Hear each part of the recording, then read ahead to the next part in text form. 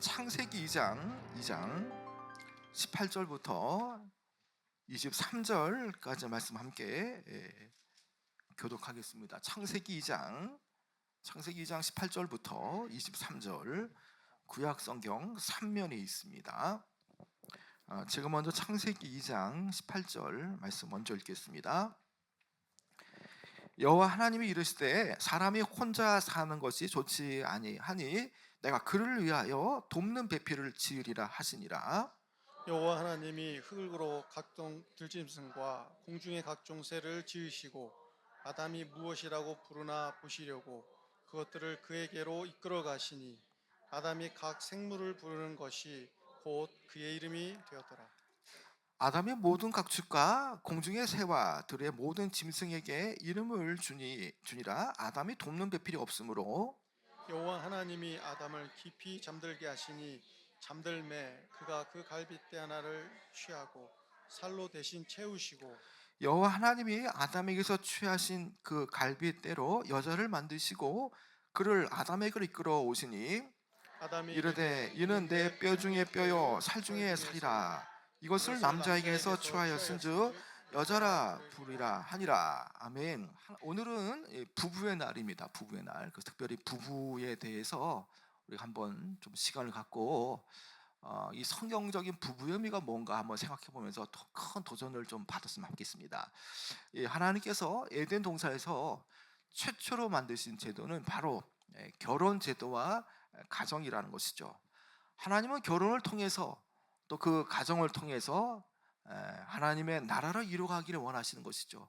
그래서 이 부부가 자녀를 출산함으로써 생육하고 번성하여서 또 그들을 통해서 하나님의 나라가 더욱더 흥왕되도록 하기 위해서 이렇게 가정을 주시고 또 결혼 제도를 허락하셨다라는 것입니다. 그런데 수많은 가정들이 이렇게 깨어지고 또 상처를 받고 또 이혼하는 가정도 참 많이 생기고 있습니다. 대한민국의 참 불명예 가운데 여러 가지 가운데 OECD 국가 중에서 이혼율 제일 1위 국가가 바로 대한민국이라는 것입니다. 여러분, 얼마든지 주변에 부부 문제로 어려운 분들을 우리가 볼 수 있는데요. 오늘 우리가 정말 이 성경적인 말씀을 통해서 이 성경적인 부부관은 무엇인가 생각하면서 함께 우리가 다시 한 번 더 우리가 아는 내용이지만 우리가 은혜 받고 또 어떠한 사람이 되어줘야 되는가를 생각해보는 귀한 시간 되어지기 바랍니다. 하나님께서요 가정을 창설하시고 사람이 혼자 사는 것이 좋지 않다 하셔서 돕는 배필을 이렇게 지으리라 말씀하셨습니다. 여러분 그 내용이 18절에 나와 있죠. 여러분 18절 한번 읽어볼까요? 18절 시작. 여호와 하나님이 이르시되 사람이 혼자 사는 것이 좋지 아니하니 내가 그를 위하여 돕는 배필을 지으리라 하시니라. 왜 하나님께서 사람이 혼자 사는 것이 좋지 않다고 말씀하셨겠습니까? 그것은 혼자 살면 외롭기 때문이죠. 또 다른 이유는요, 하나님의 계획 속에는요, 인간이 생육하고 번성하고 땅에 충만하라 하셨기 때문에 사람은 혼자 살게 되어지면 그 계획을 이룰 수 없기 때문이라는 것이죠.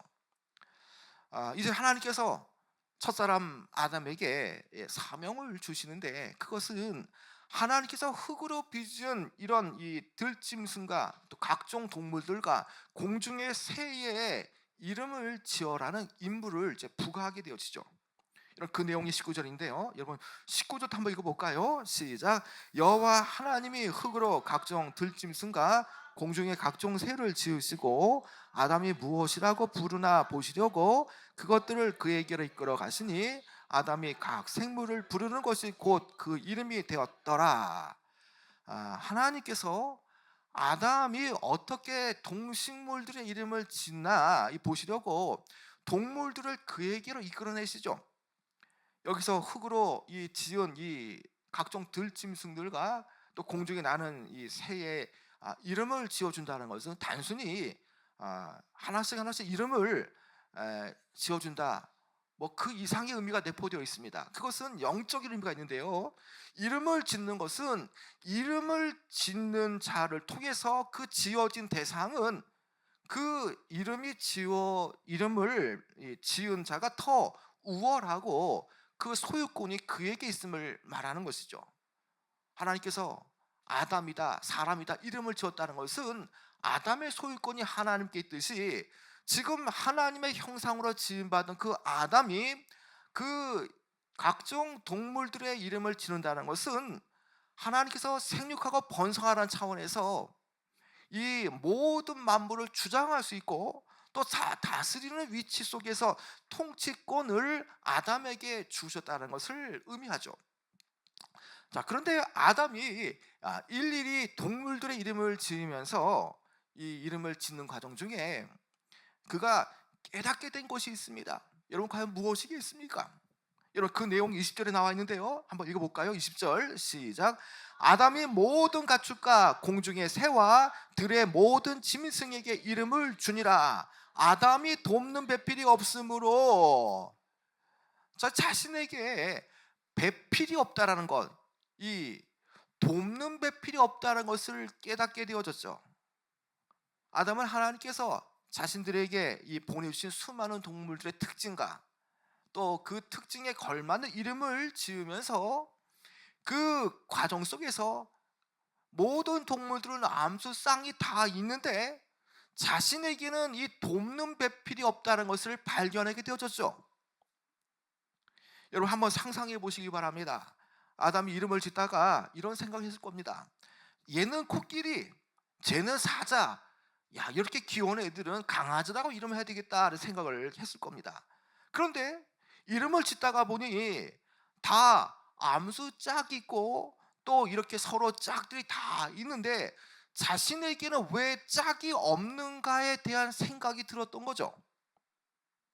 이 이름을 짓는 하나님의 일을 하는 가운데에 연약한 자신을 도와서 함께 할 누군가가 있으면 참 좋겠다는 생각이 들었던 거죠.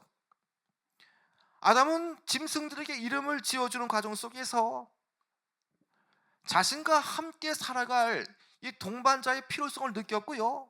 그리고 수많은 동물들 편에 그가 있었지만 오히려 그는 더 외롭고 그가 마음을 열고 교제할 수 있는 짝이 없다는 사실을 이 과정 속에서 깨닫게 되어진 것이죠. 여러분 이것은요 하나님이 일부러 아담으로 하여금 자기와 상하는 존재가 있는가 발견토록 하시기 위함이죠. 또 이것은요 동물들은 다 배필이 있는데 아담에게만 유독 배필이 없다는 것을 깨닫게 하시기 위함이라는 것이죠. 이제 얼마간의 시간이 지났습니다. 몇 날이 지난지 우리는 잘 모르지만 어쨌든 시간은 지났습니다. 자 이제 하나님께서 이 남자 이 아담이 기다리고 준비하는 시간이 다 되어질 즈음에 하나님은 여자를 창조할 계획을 세우셨습니다. 이제 아담은 비로소 남자로서 남편으로서 기다림이 끝나가는 과정 속에서 하나님께서는 아담과 상응하는 존재 또 돕는 배필이 없음에 그를 향한 놀라운 일들을 지금 이제 막 시작하시죠. 여러분 그 내용이 21절인데 한번 21절도 읽어볼까요? 시작. 여호와 하나님이 아담을 깊이 잠들게 하시니 잠들매 그가 갈빗대 하나를 취하고 살로 대신 채우시고. 자, 하나님께서는요 아담을 잠들게 하신 후에 이 그의 갈비뼈를 취하여서 그의 갈비대를 취하여서 여자를 만드시죠. 바로 이것이 어찌 보면 인류 최초의 이 마취 수술이라고 볼 수가 있습니다. 자, 그런데 22절에 보면 하나님께서 이 여자 이 하와를 만드실 때에 이 갈비대를 취하셨는데요. 이 갈비대 갈비뼈라는 이 히브리어 이 젤라는요. 이 단순히 옆면이란 뜻을 나타냅니다. 옆면. 이 옆구리란 뜻이죠. 옆구리. 그러니까 사람의 옆면에서 이 신체의 특징 가운데 옆면을 봤을 때에 가장 가까이 있는 신체는 무엇보다도 갈비뼈, 갈비뼈라는 것이죠. 자, 그런 차원에서 옆면이라고 불려지는 이 갈비뼈, 이 젤라는 그런 차원에서 이것이 의미가 이렇게 확대 해석이 되어졌다라고 볼 수가 있죠. 그런데 이 단어의 용례는요, 이 옆면, 법계의 옆면으로 또 이것이 쓰여지기도 하고요. 또 이 전체 방의 옆면이라는 의미로도 그것이 쓰여지기도 합니다. 그런데 우리가 여러분 이 지점에서 왜 하나님께서는 아담의 하고 많은 그 부위 중에 왜 갈비뼈를 쓰셨을까라는 생각이 이렇게 들죠. 여러분 이 공감이 가는 이 부분, 왜 하나님께서 왜 유독 다른 이 부위 가운데 그의 딱 정중앙이 옆면인 이 갈비뼈를 이렇게 쓰셔서 여자를 만들었을까라고 하는 이 공감 가는 부분이 탈무드의 이야기 나오는데요. 탈무드에 이런 이제 이야기가 있습니다. 이야기가, 만약 하나님께서 하와를 만들 때 아담의 머리뼈를 취하여서 여자를 만드셨다면 정말 큰일 날 뻔했다라는 겁니다. 여자가 모든 것을 다 생각하고 여자가 모든 것 위에 남자 위에서 머리가 되어지기 때문에 남자를 지배하고 군림하려 했을 것이라는 거죠. 또 반대로 만약에 하나님께서 하와를 만들 때에 남자의 발뼈로 만들었다면 그것도 여자에게 큰일 날 뻔했다라는 겁니다. 만약에 하나님께서 하와를 발뼈로 만들었다면 남자들은 여자들을 하찮게 우습게 여기고 발로 짓밟듯이 이 권위로 여자의 인권을 이렇게 짓밟을 것이다라는 그런 내용이 나오는 것이죠. 충분히 공감 가는 내용입니다. 여러분 그렇습니다. 하나님께서는요 남자의 머리에 의해서 취하시지 않는 것, 이것은 여자가 남자를 억누르지 않기 위함일 수도 있고요, 발에서 취하시지 않는 것은 여자가 남성에 의해서 짓밟히지 않도록 하기 위해서일 수가 있는 것이죠. 그래서 가슴 옆면에 그 갈비뼈를 취하는 것은 남자와 이 동등하며 남자의 어깨 아래에서 그의 보호를 받으며 가슴 곁에서 이 사랑받게 하기 위해서 이 남자의 정중앙이 옆면인 이 갈비뼈를 취했다라고 볼 수가 있다라는 것입니다. 이제 아담이 잠에서 이제 깨어납니다. 하나님께서 그의 갈비뼈를 취하여서 여자를 만드시고 아담이 잠에서 깨어나고 막 깨어난 순간 여자를 보고 그가 외친 첫 마디가 무엇입니까? 여러분 그 내용이 23절인데요. 여러분 23절을 여러분 정말 그냥 빨리 읽지 마시고요. 이 의미를 천천히 생각하시면서 한번 여러분 읽어볼까요? 함께 23절 시작. 아담이 이르되 이는 내 뼈 중에 뼈요 살 중에 살이라. 이것을 남자에게서 취하였은즉 여자라 부르리라 하니라. 아담은요 자기에게로 다가온 이 여자의 말로 이번에야말로 자신과 똑같은 본질을 가진 자기와 상응하는 자, 그리고 돕는 배필이라는 것을 단번에 알아차렸습니다. 그러면서 그가 고백하는 말이 뭡니까? 이는 내 뼈 중에 뼈요 살 중에 살이라는 거죠. 아담이 하와를 처음 본 순간에 그의 입에 담겨진 이 신은요 어찌 보면 최초의 남성이 최초의 여자를 만날 때 바치는 이런 사랑의 이 세레나데, 사랑의 고백이라는 것이죠. 여러분 요즘 시대의 남자가 사랑하는 여자에게 프로포즈할 때에 이는 내 뼈 중에 뼈요 살 중에 살이라고 뭐 고백한 남자는 없을 겁니다. 제가 살면서 이렇게 이 프로포즈한 남자들은 제가 여지껏 한 번도 본 적이 없습니다. 정말 어떤 남자가 이렇게 프로포즈할 때 내 뼈 중에 뼈고 살 중에 살이라고 고백한 남자를 만나면 여러분은 그냥 이 사람이 정말 이 신앙의 사람이기 때문에 놓치지 마시고 꽉 잡으시기 바랍니다. 여러분 이 내 뼈 중에 뼈요 살 중에 살이라는 의미는요 사실 이 문명이 발달되어지지 않은 이 에덴 동산에서 그가 할 수 있는 가장 최상의 정말 아름다운 사랑의 고백이라는 것이죠. 우리에게는요 이 표현이 그렇게 뭐 감미롭고 아름답게 이렇게 느껴지지 않지만요, 마치 원시적인 표현처럼 느껴지지만 아담이 살고 있던 그 정황, 또 이런 이 시대적인 그런 이 환경을 구분하면 가장 순수하고 정말 농도 100%의 가장 아름다운 고백을 할 수 있는 것이죠. 여러분들의 남편과 아내들, 특별히 남편분들이 이렇게 아내를 위해서 이렇게 아름다운 프로포즈를 하고 정말 이렇게 사랑 고백을 하고 결혼했지 않습니까? 이런 표현이라는 겁니다. 독일의 국민 시인으로 추앙받는 이 괴테, 이 괴테는요, 이 아담의 이 표현을 인류 최초의 서정 시이자 연애 시라고 표현한 바가 있습니다. 여러분, 그렇습니다. 정말 이 내 뼈 중에 뼈요 살 중에 살이라는 이것은요, 직접적으로 볼 때에는 여자가 아담 자신의 진정한 살과 뼈로 지음받은 존재임을 노래한 것이죠. 그러나 이는 보다 더 근본적으로 보게 되어지면요, 아담이 여자를 보고 그녀로 인한 그 지극한 기쁨과 만족을 노래한 이 노래라는 것을 우리가 알 수가 있다는 것입니다.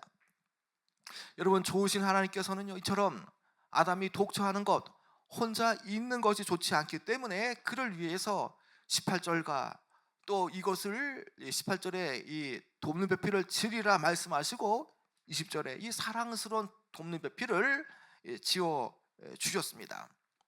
여러분, 오늘 이 말씀은 특별히 여성 하와가 남성 아담의 돕는 배필로 창조되었음을 강조합니다. 여기에서 돕는 배필, 이 히브리어로 에제르 케네그도라는 이 말은요, 먼저 이 돕는이라고 하는 그 에제르라는 말은요, 단순히 도움을 주다는 뜻도 있고요, 또 거기에 무엇을 더하다라는 뜻이 있다는 것이죠. 그리고 이 단어는요, 에제르 돕는다는 뜻은 특별히 하나님의 표현을 쓸 때에 이것을 잘 쓰는 표현이라는 것이죠. 우리가 에벤에셀 하나님을 할 때에 나를 도우시는 돌, 뭐 이렇게 하나님 이렇게 우리가 표현할 때에 이 에벤에셀, 그 에제르, 이 돕는 다름이가 여기에 내포되어 있다는 것이죠. 그리고 베필이라고 하는 그 네 게이트는요, 옆으로 마주 대하고 있다라는 것입니다. 다시 말하면 이 돕는 배필은 가까이 마주 대하고 옆에서 도움을 주는 그런 배필이라는 의미가 여기에 포함되어 있다는 것입니다.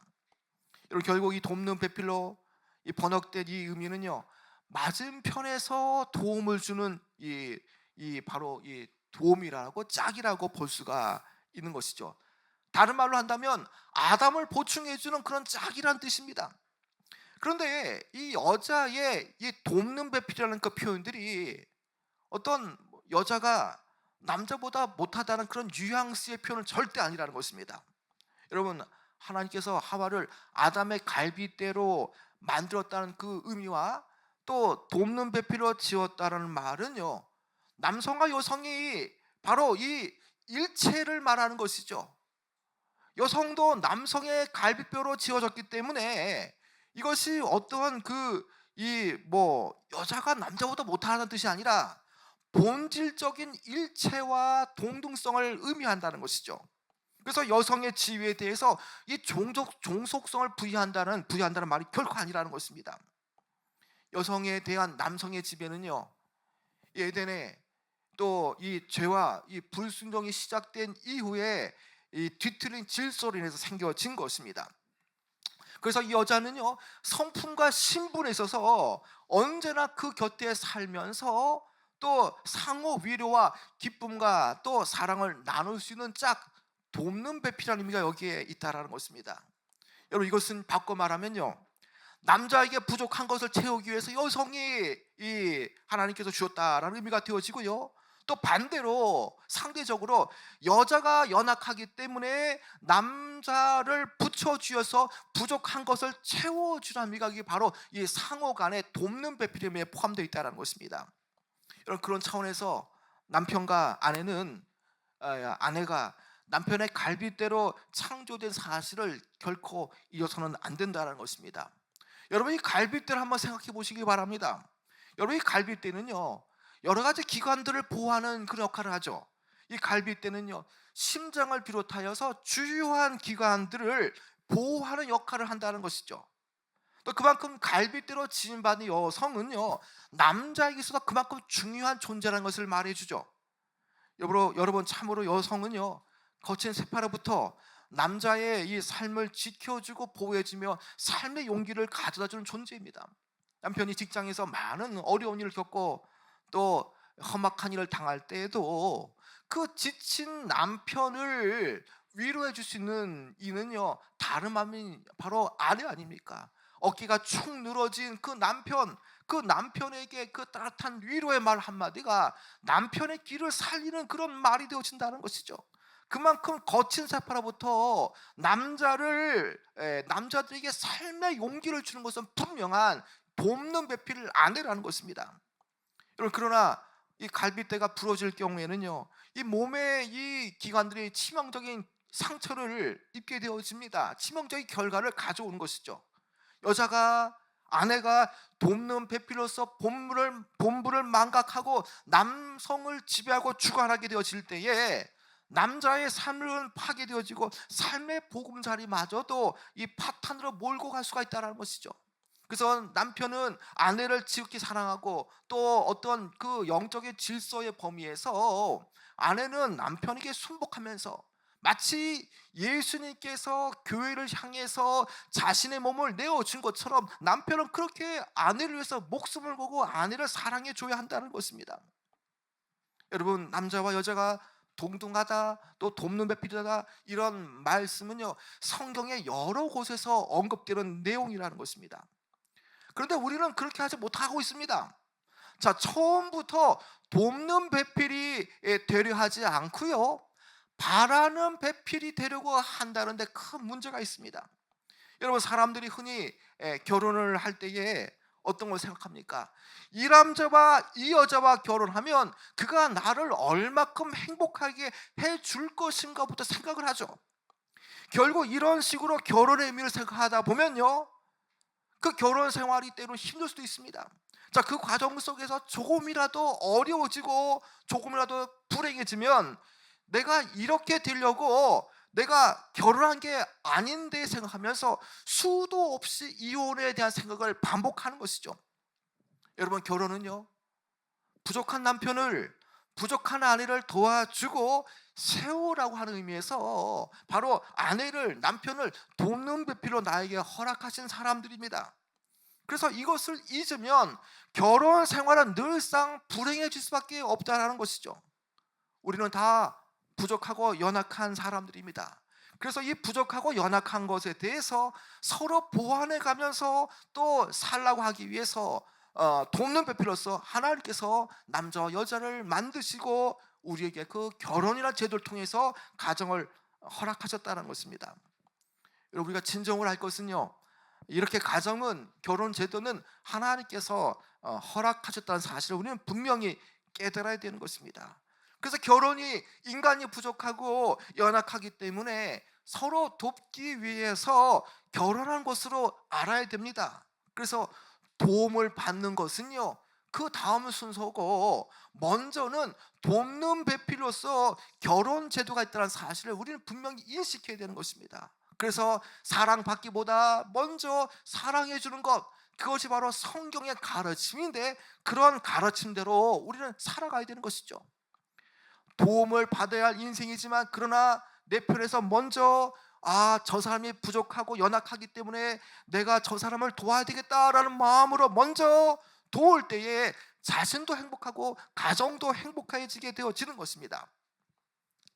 우리들은요 가끔 이 신문지상에서 정말 우리가 상상을 초월하는 그런 결혼을 우리가 이렇게 듣게 되어지죠. 정말 이 병들고 몸이 잘 움직이지 않고 또 시각 장애인임에도 불구하고 그 연약함을 채워주기 위해서 사람들은 참 결혼 생활이 쉽지 않을 텐데라는 말을 하면서도 정말 그 사랑을 정말 사랑하는 마음으로 이렇게 이 결혼하는 아름다운 이야기를 이렇게 듣게 되어집니다. 여러분, 그런 사람들은요 정말 서로 도움을 받으려 하기보다 상대가 연약하고 부족한 것을 알기 때문에 도움을 주려 하고요 서로 부족함을 채워주는 것이 주 안에서 온전해지는 일체의 비결을 알기 때문에 믿음으로 이렇게 결혼을 하는 경우가 있습니다. 여러분, 그들은 그런 믿음으로 또 그런 마음으로 연약한 것을 보충하고 하나님께서 나를 붙여주신 것은 저 부족한 사람을 채워주라라고 하는 의미에서 나를 허락하셨기 때문에 그런 마음으로 결혼할 때에 늘상 그들은요 오히려 불행하기보다 더 오히려 정상이보다 더 행복한 삶을 구할 수가 있다는 것입니다. 여러분, 결혼은요 내 아내를, 내 남편의 부족한 걸 채워주라고 나를 돕는 배필로, 나를 짝으로 지어주셨다는 사실을 우리는 결코 잊어서는 안 됩니다. 여러분, 결혼 생활할 때에도요, 돕는 배필의 의미를 잘 이해해야만 결혼 생활이 평탄합니다. 아, 저 사람 부족하다. 당연히 부족하지. 그렇기 때문에 나를 도우라고 다른 사람도 아닌 나를 왜 이 자리에 불러 보내셨을까? 다른 사람은 못하지만 나는 해줄 수 있기 때문에, 나는 그 부족한 저 사람을 채워주고 도와주기 때문에 나를 옆구리에 붙여줬구나라는 마음으로 살아가시기 바랍니다. 여러분, 성경은요, 바라는 배필이 아니고 서로 도와주는 배필이 되어질 때에 우리의 가정이 평안과 화평이 깃든다라고 말씀하고 있습니다. 그래서 서로를 위해서 우리는요, 돕는 배필이 되어줘야 하는 것입니다. 바로 이것이 성경적인 부부관이라는 것입니다. 아직 결혼을 하지 않은 그런 이 결혼 정년기 청년이라면 오늘 분명하게 이 말씀을 잘 기억하시기 바랍니다. 행복해지기 위해서 결혼하는 것이 아니라 하나님께서 저 사람을 부족한 부분을 도우라고 나를 이렇게 아내로, 남편을 부르셨구나라는 마음으로 이 결혼 준비를 해야 된다는 것입니다. 여러분, 오늘은요, 바로 이 부부의 날입니다. 여러분, 제가 여러분에게 질문할 때 여러분 말하지 마십시오. 속으로 한번 대답하시기 바랍니다. 여러분, 정말 여러분들은 정말 내 아내, 내 남편에게 돕는 배필이 되고 여러분 있습니까, 여러분? 아니면 정말 돕는 배필이 되기보다는 언제나 바라는 배필, 늘 이 불평을 가진 그런 바라는 배필이 여러분 지금 되고 있느냐는 것입니다. 여러분, 바라는 배필이 되면 안 됩니다. 도와주고 돕는 배필이 되어져야 한다는 것입니다. 여러분, 이것을 언제까지 하라고요? 검은 머리 파풀이 될 때까지 평생 거쳐서 이 위대한 진리를 우리는 잊지 말고 해야 되는 것입니다. 제가 이 설교를 하면서 제가 꼭 주례하는 것 같은데 어쨌든 그렇습니다. 여러분, 이제 좀 말씀을 좀 맺도록 하겠습니다. 여러분, 오늘 이 말씀을 통해 남자와 여자는 서로 간에 꼭 필요한 존재라는 것을 우리가 알게 되어지죠. 몸의 신체에서 갈비뼈의 위치를 보면요, 물론 남녀가 기능은 서로 다르지만 이 동등하다는 것을 알게 되어지죠. 그리고 하나님께서 다른 부위가 아니라 갈비뼈를 취하셨다는 것은 이 갈비뼈의 중요한 역할은 이 중요한 내장을 보호하는 기능이 있습니다. 그처럼 아담이 그 배필 하와를 사랑하고 보호해야 될 필요가 있고요, 그리고 이 갈비뼈가 상하여지게 되어지면 몸이 파괴되어지기 때문에 아내도 이 갈비뼈라는 마음을 가지고 가정을 잘 온전히 세워가야 하는 것입니다. 남편과 아내와의 관계를 특별히 돕는 배필로 설명하고 있는데요, 여러분, 이 개념은요, 신분이나 수준, 어떤 가치의 높낮이를 말하는 게 아닙니다. 서로의 부족을 위해서 채워주고 도와줘야 할 관계를 말해주는 것이죠. 여러분, 그렇습니다. 부족한 나를 도우라고 내 남편을 나에게 붙여줬고요, 연약한 나의 부족함을 채워주라고 다른 사람이 아닌 내 아내를 내 가정으로 붙여주셨다는 것입니다. 에덴에서부터 비롯되어진 결혼 제도는요, 완벽한 인간이기 때문에 하나님께서 허락하신 이 결혼 제도가 아닙니다. 인간이 부족하고 미완성이기 때문에 서로 돕고 의지하라는 차원에서 이렇게 결혼 제도를 허락하셨습니다. 여러분, 그렇기 때문에 도움을 받는 것은요, 그 다음 순서가 되어집니다. 먼저 내 편에서 돕는 배필로서 내가 살아가야 되는 것이죠. 성경은 늘상 사랑받기보다 먼저 사랑해 주라라고 말씀합니다. 이 성경의 일관된 가르침에 따라서 우리는 가정과 또 우리의 남편과 아내 역할을 잘 감당해야 되는 것입니다. 여러분, 모두가 도움받아야 할 인생이지만요, 그러나 먼저 남편된 내가 또 아내된 내가 먼저 상대방을 도우려 할 때에 자신도 행복해진다는 사실을 우리는 잊어서는 안 되는 것입니다. 여러분, 오늘 아담에게 돕는 배필로서 아내 하와를 주신 의미를 잘 기억하면서 또 먼저 도움을 받으려 하지 말고요, 내 아내가, 내 남편이 연약하고 부족하다라는 마음을 품고 내가 내 편에서 하나님께서 저 사람 정말 저렇게 살면 안 되는데 그래도 나를 보내주셔서 저 사람의 부족함을 채우라고 주셨는데 내가 이 사명 감당하여서 부족함을 채워서 남편의 온전함을 위해서, 아내의 온전함을 위해서, 가정의 믿음의 온전함을 위해서 내가 쓰임 받아야 되겠다라는 마음을 품고요. 오늘 이 주시는 말씀을 또 다시 한 번 더 우리가 이 돕는 배필로서 나를 아내로서 남편으로서 부르셨다는 사실을 깨닫고요. 우리가 진정한 성경적 의미를 가지고 다시 한 번 더 우리가 그 처음에 이 프로포즈 할 때 그 뜨거운 마음으로 다시 한번 남편으로서 아내로서 정말 믿음으로써 돕는 필 역할을 잘 감당하시는 귀한 여러분 되어지길 축원합니다.